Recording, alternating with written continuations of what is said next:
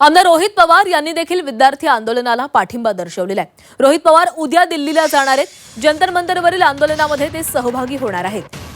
रोहित पवारांनी सोशल मीडियावरून ही माहिती दिलेली आहे। तर रोहित पवार यांनी देखील विद्यार्थी आंदोलनाला पाठिंबा दर्शवलेला आहे। उद्या ते दिल्लीला जाणार आहेत आणि जंतर मंतरवरील आंदोलनामध्ये सहभागी देखील होणार आहेत। रोहित पवारांनी सोशल मीडियावरून ट्विट करत काय माहिती दिलेली आहे पाहूया।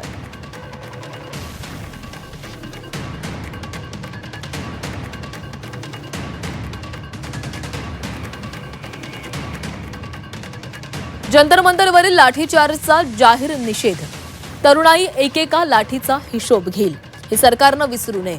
देशातील तरुणाईनं या सरकारला गुडघ्यावर आणल्यानं सरकारचा इगो दुखावला गेलाय आणि आता असं काही झालं तरी आता अंधाराचा फायदा घेऊन सरकारला हे आंदोलन दडपायचंय। त्यासाठी आंदोलनाला जाणीवपूर्वक हिंसक वळण लावण्यासाठी सरकार प्रयत्नशील आहे। त्यामुळे सरकारनं कितीही उस्कावण्याचा प्रयत्न केला तरी सरकारच्या ट्रॅपमध्ये आंदोलकांनी अडकू नये, कारण रात्र वैराची आहे।